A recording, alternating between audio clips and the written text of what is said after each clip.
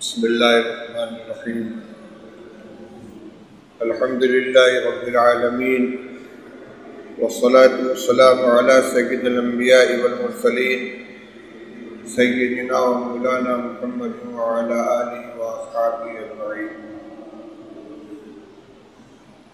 اما بعد اعوذ باللہ من الشیطان الرجیم بسم اللہ الرحمن الرحیم قل ان صلاتي ونسكي ومحياي ومماتي لله رب العالمين لا شريك له بذلك وأمرت وأنا أول المسلمين صدق الله العلي العظيم. بس ٹائم کو تیز کریں. محترم بزرگوں عزیزوں اور بھائیوں، ذی الحجہ کی آج 8ویں تاریخ ہے، یعنی پہلا عشرہ ختم ہونے کے قریب ہے. آپ حضرات بار بار سنتے ہیں، آپ کے علم میں ہے کہ رمضان ذی الحجہ کے پہلے عشرے کی بہت زیادہ فضیلت ہے. نبی کریم صلی اللہ علیہ وسلم نے ارشاد فرمایا کہ ما من ایام العمل الصالح فیہن احب الی اللہ من هذه الايام العشرہ. کوئی دن ایسا نہیں ہے جس میں کیا جانے والا نیک عمل اللہ تعالیٰ کو ان 10 دنوں میں کیے جانے والے نیک اعمال سے زیادہ محبوب ہو. قالوا وللجہاد فی سبیل اللہ یا رسول اللہ. لوگوں نے عرض کیا کہ یا رسول اللہ، اور دنوں میں کیا جانے والا جہاد کا عمل بھی اس سے زیادہ محبوب نہیں ہے؟ آپ نے فرمایا کہ ہاں، اور دنوں میں کیا جانے والا جہاد بھی ان ایام میں کیے جانے والے نیک اعمال سے زیادہ محبوب نہیں ہے، الا یہ کہ کوئی شخص اپنی جان اور مال لے کر نکلے اللہ کے راستے میں اور کچھ واپس لے کر نہ آئے، یعنی مال بھی قربان ہو جائے اور جان بھی قربان ہو جائے، اس کا درجہ بڑھا ہوا ہوگا. پھر نیک اعمال کے اندر ہر طرح کے نیک اعمال شامل ہیں، جن میں نفلی روزے بھی ہیں. پہلی ذی الحجہ سے لے کر 9ویں ذی الحجہ تک روزانہ روزے کی فضیلت یہ بیان کی گئی. 8ویں ذی الحجہ تک کہ گزشتہ 1 سال کے صغیرہ گناہوں کے لیے یہ کفارہ ہے. اور 9ویں ذی الحجہ کے بارے میں فرمایا کہ مجھے اللہ سے امید ہے کہ 9 ذی الحجہ کا روزہ 1 سال گزشتہ اور 1 سال آئندہ کے صغائر گناہوں کے لیے معافی کا ذریعہ بنے گا، کفارہ بنے گا. یہ تو نفلی عبادت ہو گئی، نفلی روزہ ہو گیا. ان کے علاوہ صدقات، خیرات، تلاوت، تسبیح، ذکر، ہر طرح کی عبادت اس میں کی جانے والی اللہ کو بہت محبوب ہے. روزے کا جہاں تک مسئلہ ہے، 8ویں تاریخ آج گزر رہی ہے، لیکن 9ویں تاریخ باقی ہے، جس کو یوم عرفہ کہتے ہیں. یوم عرفہ کے روزے کی فضیلت نفلی روزوں میں بہت زیادہ ہے، اس لیے اگر اور دنوں میں روزہ رکھنے کی توفیق نہیں ملی تو کم سے کم 9ویں ذی الحجہ کا روزہ ضرور رکھ لینا چاہیے، چونکہ اس کے بعد جو ایام ہیں وہ روزے کے لیے ممنوع ہیں. 10، 11، 12، 13 ان 4 دنوں کے اندر روزہ رکھنا منع ہے، اور ایک یوم الفطر میں. تو سال کے 5 دن وہ ہیں جن میں روزہ رکھنے کی ممانعت ہے: شوال کی پہلی تاریخ اور ذی الحجہ کی 10ویں، 11ویں، 12ویں اور 13ویں. ایک حکم جو ان ایام سے متعلق ہے وہ تکبیر تشریق کا ہے. 9 ذی الحجہ سے لے کر 13 ذی الحجہ تک کے یہ 5 ایام تشریق کہلاتے ہیں. ان کا خاص عمل ہے تکبیر تشریق کہنا. 9ویں تاریخ کی فجر سے لے کر 13 تاریخ کی عصر تک ہر فرض نماز کے بعد مردوں کے لیے بلند آواز سے ایک مرتبہ تکبیر تشریق پڑھنا واجب ہے۔ اللہ اکبر لا الہ الا اللہ واللہ اکبر وللہ الحمد۔ عورتوں کو اپنے اپنے گھروں میں نماز ادا کرنے کے بعد آہستہ سے اس تکبیر کو ایک مرتبہ پڑھنا ہے۔ عورتیں عام طور سے اس سے واقف نہیں ہوتی۔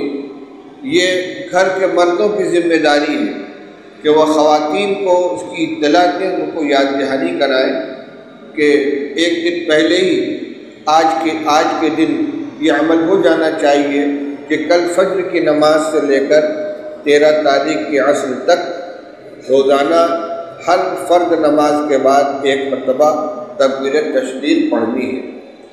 باجماعت نماز ہو تب بھی، جماعت چھوٹ جائے تب بھی، اگر کوئی مسبوق ہو تو اپنا سلام پھیرنے کے بعد، اپنی رکعت پوری کر کے سلام پھیرنے کے بعد تکبیر کہے۔ دوسری بات یہ ہے کہ یہ تکبیر تشریق ہر فرد کا انفرادی عمل ہے۔ مطلب یہ ہے کہ جماعت کی نماز میں امام کے تکبیر کہنے کا انتظار نہیں کرنا ہے کہ امام صاحب تکبیر کہیں گے تب ہم کہیں گے۔ ہر آدمی اپنی تکبیر کا مکلف ہے، یہ تکبیر واجب ہے۔ کبھی امام بھول جائے یا اس کو تاخیر و تکبیر شروع کرنے میں تو مقتدیوں کو اس کا انتظار نہیں کرنا چاہیے۔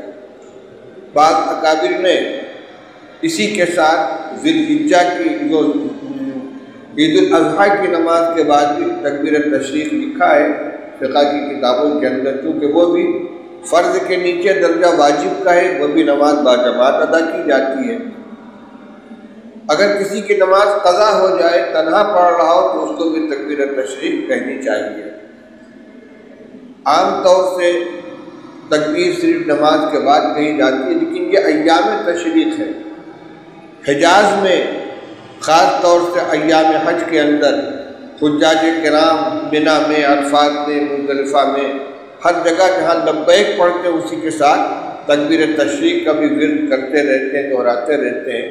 یہ اللہ کی کبریائی کا اعلان ہے، اللہ اکبر لا الہ الا اللہ، اللہ سب سے بڑا ہے، اللہ سب سے بڑا ہے، اس کے علاوہ کوئی معبود نہیں، اللہ اکبر وللہ الحمد، اللہ سب سے بڑا ہے، اللہ سب سے بڑا ہے، اور ساری تعریف اللہ ہی کے لیے ہے۔ ان کلمات کے معانی کو ذہن میں رکھ کر اس تصور کے ساتھ کہ ہم اللہ تعالیٰ کی کبریائی کا، اس کی وحدانیت کا اور اس کے حمد و ثنا کا اظہار اور اعلان کر رہے ہیں، دل لگا کر اس کو پڑھنا چاہیے۔ ایک عمل جو اس ذی الحجہ کے مہینے کا ہے، جو عید الاضحیٰ کی نماز ہے اور قربانی ہے۔ سال کے 2 دن اللہ تعالیٰ نے مسلمانوں کے لیے عید کے طور پر عطا فرمائے ہیں۔ یہ مسلمانوں کا بنایا ہوا، اپنا ایجاد کیا ہوا تہوار نہیں ہے، بلکہ اللہ کا عطیہ ہے۔ بار بار آپ روایت سنتے ہیں انس رضی اللہ تعالیٰ عنہ کی کہ رسول اللہ صلی اللہ علیہ وسلم جب مدینہ طیبہ تشریف لائے تو دیکھا کہ مدینہ کے لوگ سال کے 2 دن تہوار مناتے تھے، آپ کی تشریف آوری کے پہلے ہی سے۔ آپ نے پوچھا ما ہذان یومان، ان دونوں دنوں کی کیا حقیقت ہے؟ ان کے پاس اس کی کوئی تاریخی سند نہیں تھی، اس کے پس پش کوئی تاریخی واقعہ یا کوئی قربانی یا کوئی خاص چیز ہو، ایسا نہیں تھا۔ انہوں نے صرف اتنا کہہ دیا کنا نلعب فیہما فی الجاہلیہ، زمانے جاہلیت سے ہم لوگ ان دنوں میں تہوار مناتے چلے آئے۔ اللہ کے رسول صلی اللہ علیہ وسلم نے ارشاد فرمایا قد ابدلکم اللہ بہما خیرا منہما، اللہ تعالیٰ نے تمہارے ان خود ساختہ 2 تہواروں کے مقابلے میں ان کی جگہ پر 2 ان سے بہتر دن تمہیں عطا فرمائے ہیں، یوم الاضحیٰ و یوم الفطر۔ ایک یوم الاضحیٰ ہے، ایک یوم الفطر ہے۔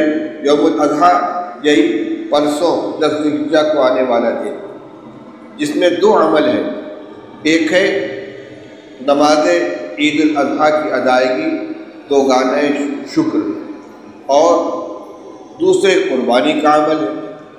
قربانی کا عمل 3 دن تک جاری رہتا ہے، 10، 11، 12، لیکن جتنا جلدی کر لیا جائے اتنی فضیلت زیادہ ہے۔ آخری وقت اس کا 12 ذی الحجہ کے غروب آفتاب سے پہلے یہ بھی اللہ کی طرف سے ملنے والے انعام کی ایک شکل ہے اور بے پناہ اجر و ثواب کی چیز ہے۔ صحابہ نے پوچھا تھا کہ ما حاضر ذاہی یا رسول اللہ، یہ جو قربانی کی جاتی ہے اس کی کیا حقیقت ہے؟ صحابہ رضی اللہ تعالیٰ عنہ کے سوال کے ذریعے ہمارے بہت سے مسائل حل ہوئے ہیں، حقیقتیں واضح ہوئی ہیں۔ صحابہ نے پوچھا کہ ان قربانیوں کی کیا حقیقت ہے؟ آپ نے فرمایا سنت ابیکم ابراہیم، تمہارے جد اعلیٰ حضرت ابراہیم علیہ نبینا علیہ السلام کی سنت ہے۔ کس چیز کی سنت ہے؟ کیا واقعہ تھا؟ تھوڑی سی بھی دینی معلومات رکھنے والے مسلمان سے یہ بات چھپی ہوئی نہیں ہے۔ یہ قربانی حضرت اسماعیل علیہ السلام کی قربانی کی یادگار ہے۔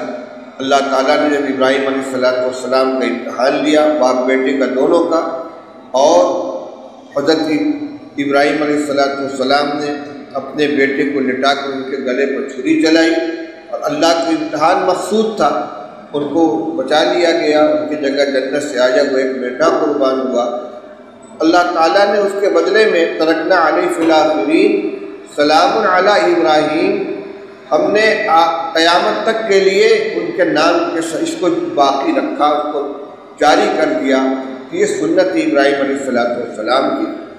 اللہ کا کرم ہے کہ ایک جانور کی قربانی بیٹے کی قربانی کی جگہ پر قائم مقام بنا دی گئی۔ تو صحابہ نے پوچھا تھا کہ یہ قربانی کیا چیز ہے؟ تو آپ نے فرمایا ہمارے جد امجد حضرت ابراہیم علیہ السلام کی سنت ہے، ان کا طریقہ ہے۔ نقل کے اعتبار سے ان کا طریقہ ہے، اور درجے کے اعتبار سے یہ واجب ہے۔ اگر استطاعت ہے تو اس کا کرنا ضروری ہے، نہ کرنے والا ترک واجب کا گناہ گار ہوگا۔ صحابہ نے پوچھا فما لنا فیہا یا رسول اللہ، سنت ابراہیم علیہ السلام کی ہے، ہم کریں گے تو ہمیں ملے گا کیا؟ آپ نے فرمایا بکل شعرۃ حسنۃ، ہر بال کے بدلے ایک نیکی ملے گی۔ صحابہ نے پوچھا فی الصوف یا رسول اللہ، بعض جانور وہ ہوتے ہیں جن کے بدن پہ بے شمار بال ہوتے ہیں، جیسے بھیڑ ہے، میڈھا ہے، دمبا ہے، کیا اس میں بھی ہر بال پہ ایک نیکی ملے گی؟ آپ نے فرمایا فی الصوف بکل شعرۃ حسنۃ، ہاں بھیڑ کے اندر بھی ہر بال کے بدلے ایک نیکی ملے گی۔ اس اعتبار سے دیکھا جائے تو بھیڑ کے اندر زیادہ اجر و ثواب ہے، لیکن اجر و ثواب کی مختلف جہتیں ہیں۔ اچھی قربانی کرنا اور تندرست اور فربا جانور قربان کرنا، اس کا اجر و ثواب الگ ہے۔ جتنے زیادہ اخلاص کے ساتھ آدمی عمل کرے گا اس کا ثواب اجر و ثواب الگ ہے۔ اس لیے کسی حیثیت سے کسی جانور کی قربانی بہتر ہے، کسی حیثیت سے کسی جانور کی قربانی بہتر ہے۔ یعنی میرے کہنے کا یہ مطلب نہیں ہے کہ مینڈھی کی قربانی میں فضیلت بکرے کے اندر نہیں ہے، یا اور دوسرے جانور قربان کی جاتے ان میں نہیں ہے۔ سب رسول اللہ صلی اللہ علیہ وسلم سے ثابت ہے، صحابہ کرام رضی اللہ عنہ کے عمل کے اندر رہا ہے۔ ہاں خود رسول اللہ صلی اللہ علیہ وسلم سے جو قربانی کرنے کا عمل منقول ہے وہ سینگ دار مینڈھے تھے۔ ذبح رسول اللہ صلی اللہ علیہ وسلم کبشین اقرنین املحین موضوعین، آپ نے 2 مینڈھے قربان کیے جو سینگ والے تھے، چت کبرے تھے اور خسی کیے ہوئے موضوعین، تو یہ آپ نے قربانی کی تھی۔ اور ویسے حج کے موقع پر رسول اللہ صلی اللہ علیہ وسلم نے 100 جانوروں کو قربانی کی ہے۔ آپ نے فرمایا طیبوا بہا نفسا، قربانی خوش دلی کے ساتھ کیا کرو، یعنی بوجھ نہ محسوس ہو کہ اتنا پیسہ خرچ ہو گیا، بلکہ خوش دلی کے ساتھ کہ اللہ تعالیٰ ہمیں اس کی استطاعت عطا فرمائی ہے اور ہمیں قربانی کا موقع عطا فرمایا ہے، نیکی کمانے کا اتنا بڑا ذریعہ عطا فرمایا ہے، تو خوش دلی کے ساتھ شوق کے ساتھ جو قربانی ہونی چاہیے۔ خود رسول اللہ صلی اللہ علیہ وسلم اپنے ہاتھ سے قربانی کرتے تھے، اسی لیے اگر ہمت ہو اور کر سکے تو آدمی کو خود اپنے ہاتھ سے چھری پھیرنی چاہیے، ورنہ فقہا لکھتے ہیں کہ کم سے کم وہاں موجود رہے، دیکھیں کہ میری جانور کی قربانی ہو رہی ہے، اور جو اس کی مسنون دعا ہے اس کو پڑھے۔ انی وجہت وجہی الذی فطر السماوات والارض حنیفا وما انا من المشرکین ان صلاتی ونسکی ومحیای ومماتی للہ رب العالمین لا شریک لہ بذلک امرت وانا من المسلمین اللہم لک ومنک بسم اللہ اللہ اکبر۔ یہ اس میں ساری دعا تو مسنون ہے، لیکن بسم اللہ اللہ اکبر یہ لازم ہے۔ اگر یاد رہتے ہوئے اور بسم اللہ ترک کر دی تو وہ جانور حلال نہیں ہوگا، مردار ہو جائے گا، اس کا کھانا جائز نہیں ہوگا۔ اور یہ صرف بقرعید کی قربانی کا مسئلہ نہیں ہے، ہمیشہ اور ہر جانور کے لیے۔ مرغ دکان کے اوپر بہت سی جگہ ذبح کرنے والے ملازمین ہوتے ہیں، اب کسی کو اگر 10 کلو گوشت چاہیے اٹھاتے ہیں، چھری پھیر کے چلے جاتے ہیں۔ جو خریدار جائے اس کو دیکھنا چاہیے اور اس کا اہتمام کرنا چاہیے، یاد دہانی کرے بسم اللہ پڑھ کے چھری چلانا۔ اگر مرغ بھی قربان کر دیں گے بغیر بسم اللہ اللہ اکبر کہے صرف گردن کاٹ دینا، حلال کرنا نہیں ہے، اللہ کا نام لینا ضروری ہے۔ مرغ ہو، جو بھینس ہو، اونٹ ہو، بکری ہو، مینڈا ہو، ہر ایک کے اوپر۔ ہاں بھول جائے کوئی اگر اور بھول سے رہ جائے بسم اللہ تو اس کی وہ معاف ہے۔ حضور صلی اللہ علیہ وسلم فَإِنَّ اسْمَ اللَّهِ فِي قَلْبِ كُلِّ مُؤْمِنٍ، ہر مومن کے دل میں اللہ کا نام ہوتا ہے، لینا بھول گیا، لیکن جس کو یاد ہے اور بسم اللہ پڑھنا اور اللہ والی پن کی وجہ سے چھوڑ دے تو جانور حلال نہیں ہوگا۔ دوسری بات یہ ہے کہ اگر چھری پر ایک سے زیادہ آدمی کا ہاتھ لگ گیا تو سب کا بسم اللہ پڑھنا ضروری ہے۔ قصائی ہے، وہ جانور کو پکڑے ہوئے وہ چلاتے رہے بسم اللہ اللہ اکبر، اور چھری پھیرنے والا بسم اللہ نہ پڑھے تو یہ حلال نہیں ہوا۔ چھری پھیرنے والے کو پڑھنا ہے، اور اگر اس پر ایک آدمی نے اور ہاتھ لگا لیا تو دونوں کو پڑھنا چاہیے، اس کا خیال کریں۔ اور یہ مسائل عام طور سے بیان ہوتے رہتے ہر سال تقریباً۔ بہتر یہ ہے کہ اللہ نے اگر استطاعت دی ہے تو اپنے گھر میں استعمال کے ساتھ ساتھ اپنے پڑوسیوں، غریب رشتہ داروں اور ضرورت مندوں کا خاص طور پر خیال رکھیں۔ تحفہ ہدیہ کے طور پر بھیجنا وہ بھی اس میں صلہ رحمی کے اندر شامل ہے، لیکن ضرورت کی بنیاد پر خاص طور سے وہ جن کے گھر میں قربانی نہیں ہوتی ہے ان کے یہاں پکانے کے لیے گوشت بھیج دینا چاہیے۔ یہ بلکہ یہاں تک لکھا ہے کہ 3 حصے کر کے، ایک حصہ اپنے لیے، ایک اعزاء و اقربا کے لیے اور ایک فقراء و مساکین کے لیے۔ اتنا نہ کر سکے تو جتنا ہو سکے کم سے کم اتنا بھیجنا چاہیے۔ یہ ضروری باتیں تھیں چند آپ کے سامنے عرض کی گئی۔ اللہ تعالیٰ ہم سب کو عمل کرنے کی توفیق عطا فرمائے۔ وآخر